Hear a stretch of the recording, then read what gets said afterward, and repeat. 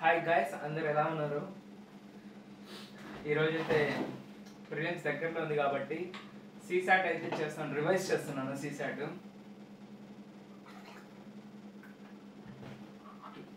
ఇంకో విషయం ఏంటంటే, నేను ఒక విషయాన్ని అయితే ఈరోజు గమనించాను. నాకు తెలిసి మన యూపీఎస్సీ ప్రిపరేషన్ ఏదైతే చేస్తుంటామో దాంట్లో ఇది చాలా ఉపయోగపడుతుందేమో అనిపిస్తుంది. మన డైలీ యాక్టివిటీస్, మనం ఏదైతే మన లైఫ్లో యాక్టివిటీస్ చేస్తామో దాని నుంచి కూడా మనం చాలా లెసన్స్ అనేవి నేర్చుకోవచ్చు. ఈరోజు అయితే ఒక విషయం జరిగింది. ఈరోజు నేను బట్టలు ఉతుకుతా ఉన్నాను. బట్టలు ఉతికేటప్పుడు కొద్దిగా స్కై అంతా క్లౌడీగా ఉన్నింది, అంటే కొద్దిగా వర్షం వచ్చేలా ఉన్నింది. నేనైతే బట్టలు ఉతుకుతున్నాను. ఎగ్జాక్ట్ మా ఇంటి పక్కన వాళ్ళు కూడా బట్టలు ఉతుకుతానే ఉన్నారు. కానీ కొద్ది క్లౌడీ, వర్షం వస్తుంది అని చినుకులు పడుతున్నాయి అని అనగానే వాళ్ళు ఏం చేశారంటే ఉతకడం ఆపేశారు. అంటే ఇంకా వేయకుండా ఆపేశారు, ఎందుకంటే వర్షం వస్తుంది మళ్ళీ ఎందుకు అని చెప్పేసి. నేనేం చేశానంటే చినుకులు పడుతున్నాయి అయినా కానీ సరే ఇంకా స్టార్ట్ చేసేసాను కాబట్టి వర్క్ కంప్లీట్ చేసేయాలి అని చెప్పేసి ఉతికేసాను. నేను ఉతికి కంప్లీట్ అయిపోయింది. ఏవైతే చినుకులు పడుతున్నాయో అవన్నీ ఆగిపోయేసి మొత్తం ఎండ వచ్చేసింది. తర్వాత నేను బట్టలన్నీ ఆరేసాను. తర్వాత వాళ్ళు అప్పుడు రియలైజ్ అవుతున్నాను, మేము కూడా ఉతికేస్తుంటే చాలా బాగుండు అని. సరే, దీని నుంచి నేర్చుకోవాల్సిన ఏదైనా విషయం ఏంటి ఆ విషయం అంటే, సేమ్ మనం ప్రిపరేషన్ చేసేటప్పుడు కూడా ఇద్దరు ప్రిపరేషన్ స్టార్ట్ చేస్తారు.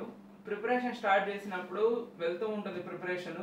ఫస్ట్ అతనికి స్ట్రగల్స్ వస్తున్నాయని చెప్పేసి దాని గురించి ఎక్కువ ఆలోచించకుండా వచ్చే ఇది నా ప్రిపరేషన్లో పార్ట్, అదంతా ఒక ప్యాకేజ్ అనుకొని ముందుకు వెళ్తుంటాడు. ఇంకో అతను ఏం చేస్తాడంటే ప్రిపరేషన్ స్టార్ట్ చేసేస్తాడు. 1 year 2 years అయిపోద్ది. తర్వాత అతను ఫీల్ అయిపోతాడు, 2 years వరకు నాకేం కనిపించలేదు, ఇంకా ముందు కూడా అట్లాగే ఉంటదేమో, ఎందుకులే అని చెప్పేసి క్విట్ చేసి వచ్చేస్తాడు.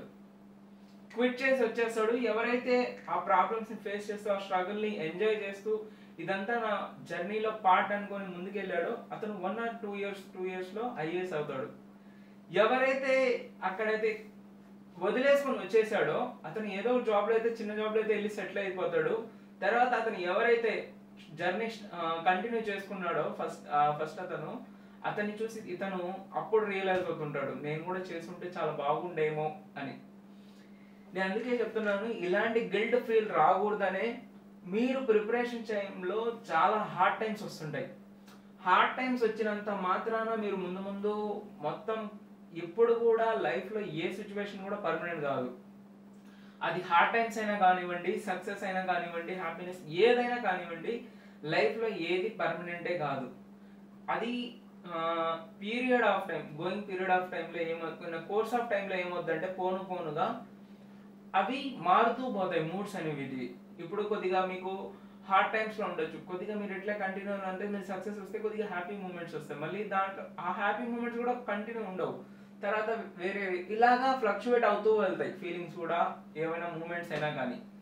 కాబట్టి హార్డ్ టైమ్స్ వచ్చినప్పుడు కొద్ది గుండె ధైర్యం చేసుకొని గట్టిగా ఉన్నారంటే ఆ టైం అనేది ముందుకు వెళ్ళిపోతుంది, మీరు దానికంటే ముందు వెళ్ళిపోతారు, మీ సక్సెస్ అనేది కూడా ఈజీగా రీచ్ అవుతారు. నేను చెప్పేది ఒకటే, హార్డ్ టైమ్స్ వచ్చేది మాత్రం ప్రిపరేషన్ ఇప్పుడు వెనక్కి తగ్గకండి. నేను మీకు ఎందుకు చెప్తున్నానంటే ప్రెసెంట్ నేనైతే ఫేస్ చేస్తున్నా ఆ టైమ్స్ అన్ని, అందుకని మీకు చెప్తుంటే నాకు నాలో కూడా ఆ స్పిరిట్ అనేది వస్తుంది. హార్డ్ టైమ్స్ వచ్చినా ఓకే, ఏం కాదు, ముందుకెళ్దాం అనేసి.